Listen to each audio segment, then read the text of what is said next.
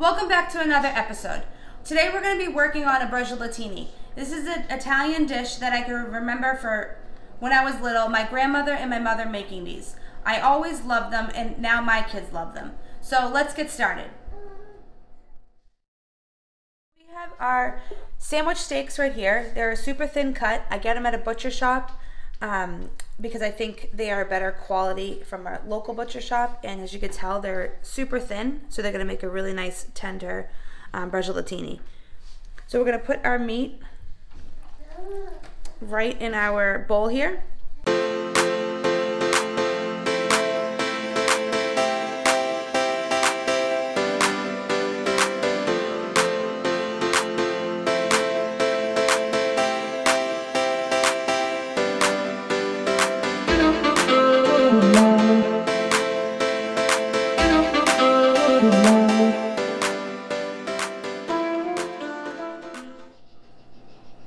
Okay, so we're going to get started with our side dish for our Braciolettini dinner. We have potatoes, and we're going to do some roasted potatoes. So we're going to chop up an onion to go inside of this. So I just have a yellow onion here, and I'm just going to actually slice it. So I'm going to take the skin off onion.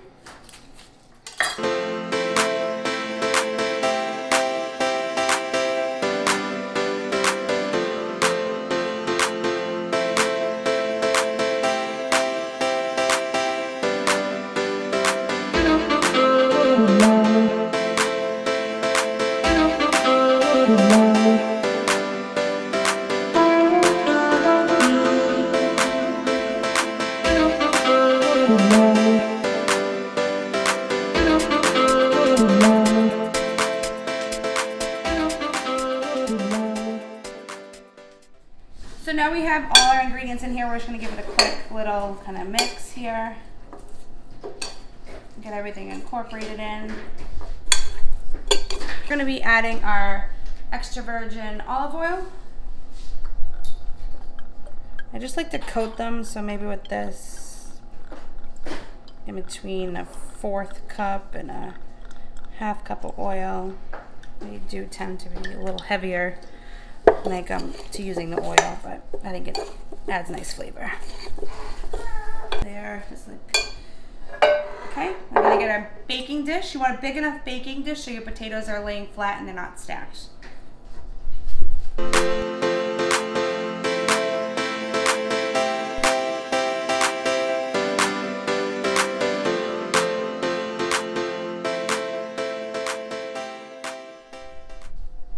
So now we're going to get started with the Caprese salad. I'm going to start with slicing our tomato. I'm using a serrated knife today to slice it. I'm going to slice it about a little bit more than 1/4 inch thick. During the summer, I really love to use heirloom tomatoes. I think that makes a really nice Caprese salad. But today we're just going to use vine tomatoes. I'm going to set up our dish. I think presentation is key, so we're going to do a nice little drizzle here with our balsamic reduction, balsamic glaze.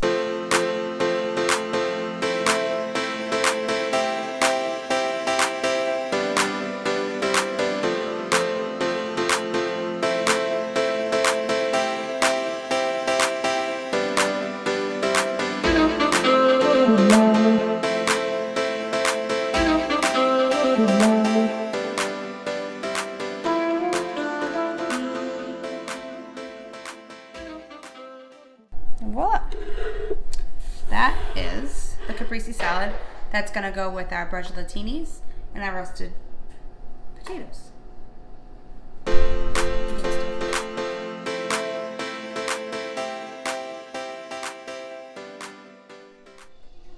So our meat has been marinating in the refrigerator for about 6 hours. So now we're going to get started on it. We have our breadcrumbs. I season them with a little parsley, a little garlic powder, and some Romano cheese. We are going to need some skewers today, and another sheet pan lined with aluminum foil, and I just give it a gentle spray with some pan spray. So now we're going to take our sandwich steak that's been marinating, And the pieces that I have are actually really long, so I'm just gonna take a pair of scissors and just cut it in half.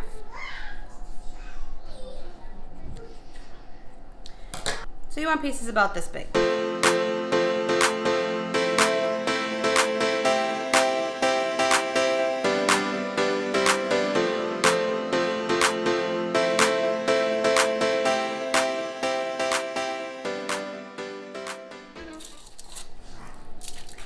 Keep a little bit of breadcrumb in there, and then we're gonna give them a roll. Place them through our skewer, so both ends are in there, and they will not unravel.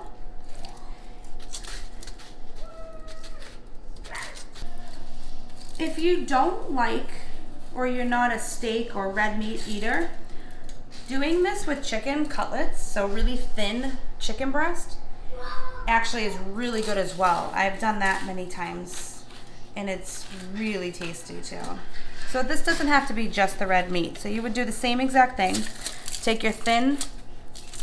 would take your thin chicken breast, marinate it in the same marinade, the vinegar, the oil, the water, for about 6 hours. And you would do the same thing. Roll them up, cut them if they're too big, pop them on the skewers, and taste delicious.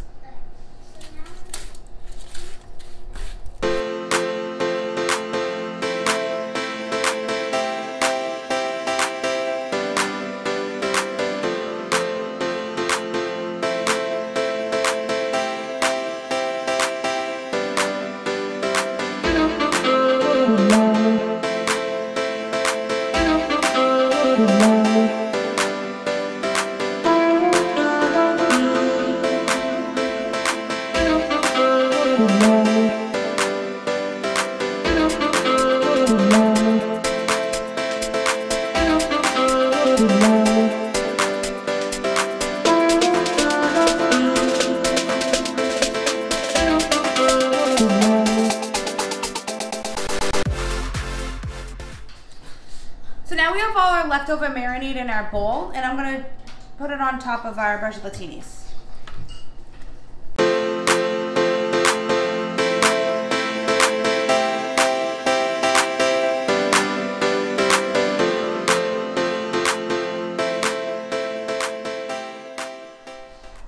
Now with all that marinade on there, we're gonna take a little bit of our extra virgin olive oil and drizzle it all on top.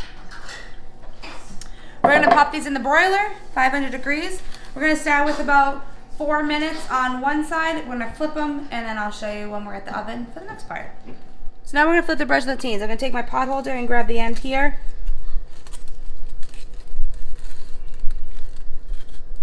Grab it, and do a quick flip. Okay. And sometimes you'll see that you have some dry spots here. I like to add a little oil to that. I'm gonna pop it back in for another 4 to 5 minutes at broil.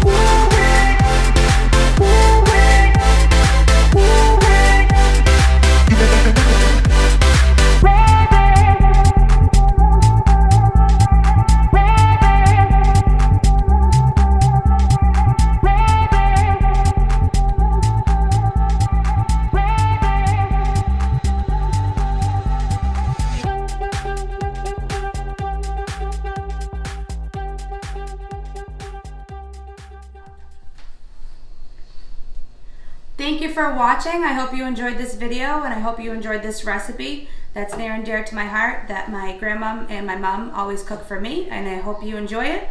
Give our page a like, follow us on Instagram, and I hope to see you next time. Bye-bye.